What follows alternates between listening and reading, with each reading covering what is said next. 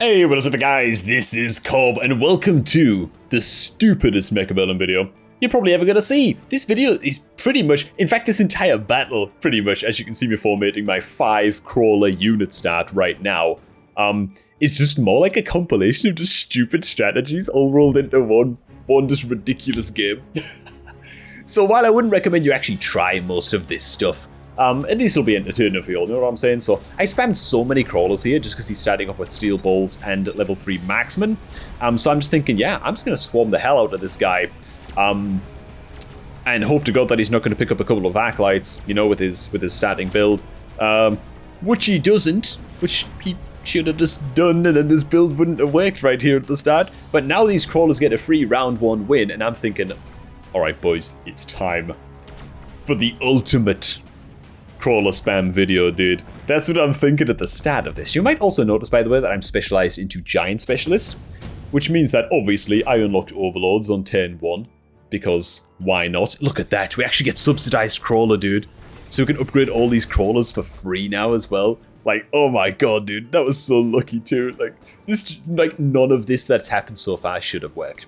But what I really did want to try out in this game, and that I'm probably going to title the video around, is actually just rushing a giant unit as a Giant Specialist, because you can unlock them for free. So I pick up the Overlord on turn 1, I diversify a bit and pick up the Melting Point on turn 2, because again, both of these cost 0 with a Giant Specialist to unlock.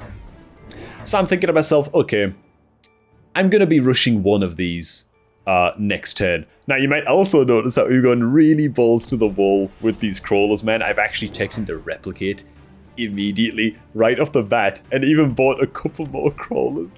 Like, what am I doing, dude? I mean, I think that just having an extra unit of sledgehammers here and then maybe one more crawler over here or something would have been fine as well. That I really need to go this all in. I mean, if this guy just picks up like a Vulcan or even just spams Arclights, which he actually does do as the game goes on, that would have been better. Like, like this amount of crawlers is just dumb, man. It's just not even necessary enough. Either way though, we can watch over this side of the map where he actually has no Arclights, and we can just experience the joy of replicating crawlers, dude. I mean, look at these guys. There's literally more crawlers now than what first engaged on these guys, I swear to God. These guys fucking off over here to go take out the goddamn commie center, you know what I'm saying?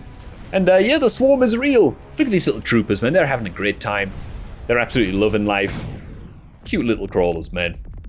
Good stuff. So, again, none of this at all, really, should have worked so far. We're going to pick up Tech Specialist here, just because it's so absolutely overpowered and stupid, and I love it in every way. We're going to upgrade our crawlers for free, as you can see. Very, very nice.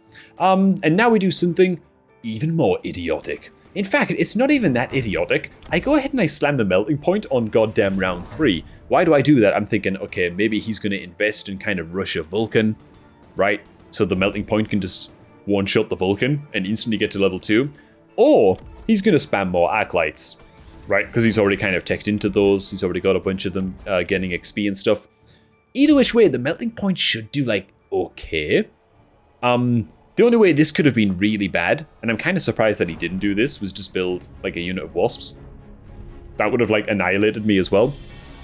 Either which way, though, he's very, very heavily invested, I guess, in mashing out his Arclights right now. So that is going to start to take care of the crawlers. They're not quite going to have as much impact as they have been having in rounds so far. They still do pretty okay, just because there's so many of them, and there's so many of them at level 2 already. But most importantly, check out this Melting Point, dude. Not only does it live, but if I just speed things up a little bit, watch its experience points, dude.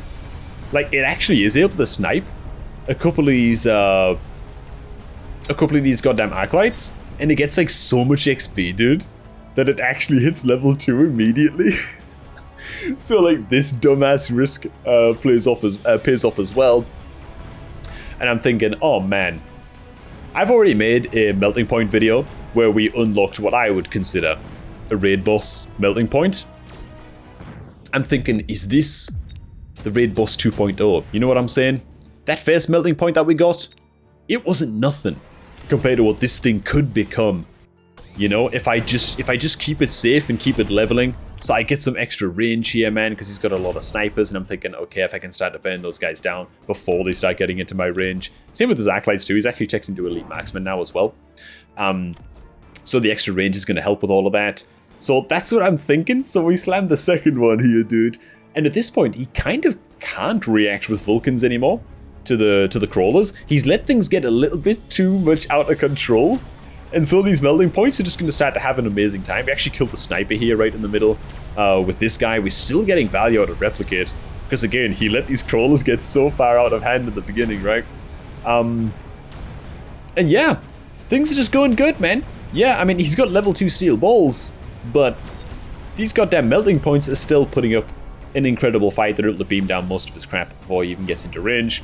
So if he just mega speed things up. Oh my god, dude. Oh my god. You didn't think he was gonna die, did you? You don't think it's gonna die, do you? No, man, look at him go. So that's 2 level 2 melting points at this point. Things are just getting crazy. We pick up Amplifying Core here for the increased attack and health on one of our raid boss units.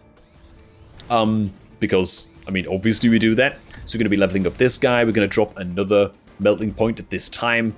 Now, it's got to be said, we are still extremely vulnerable to air at this point. So the correct play for me to do really would just be to pick up like a couple of Mustangs, have like 1 unit of Mustangs here, maybe 1 unit of Mustangs here, to protect against Wasp flanks and to protect against, well, honestly, mostly just Wasp flanks. Like Wasps with EMP upgrades can be really, really devastating to melting points. Even enemy overlords that are also summoning Wasps can cause big trouble as well.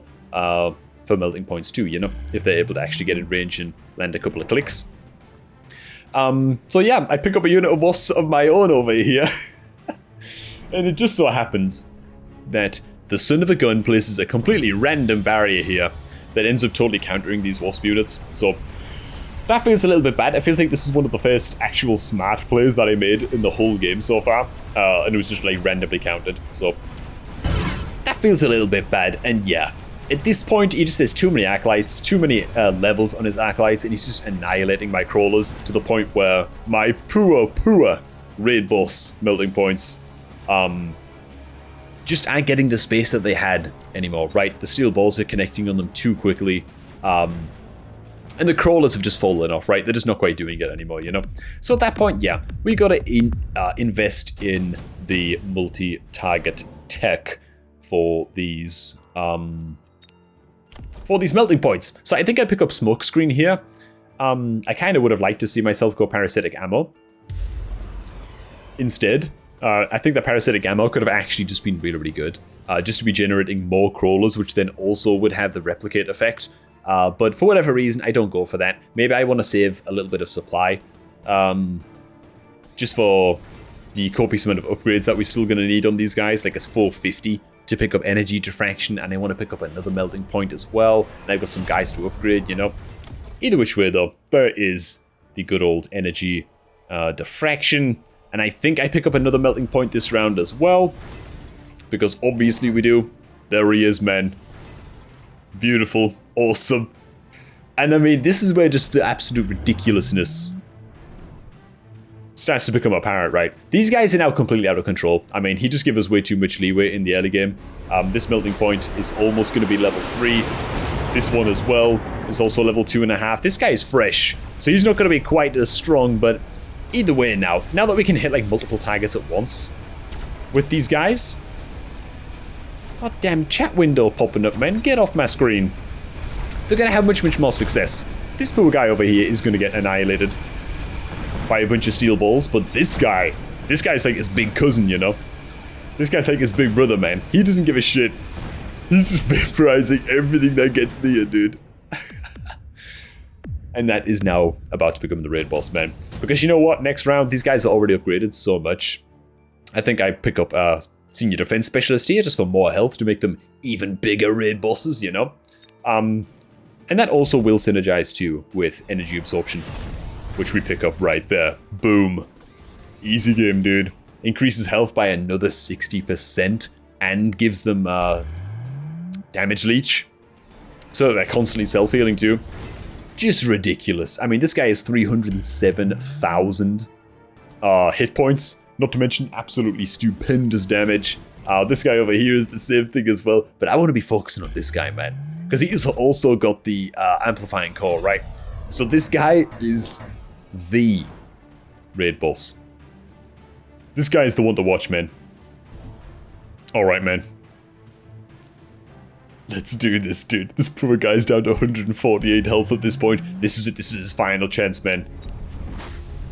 To take out this Chad down here. He actually spawned some dudes on the back, which are a little bit terrifying, right?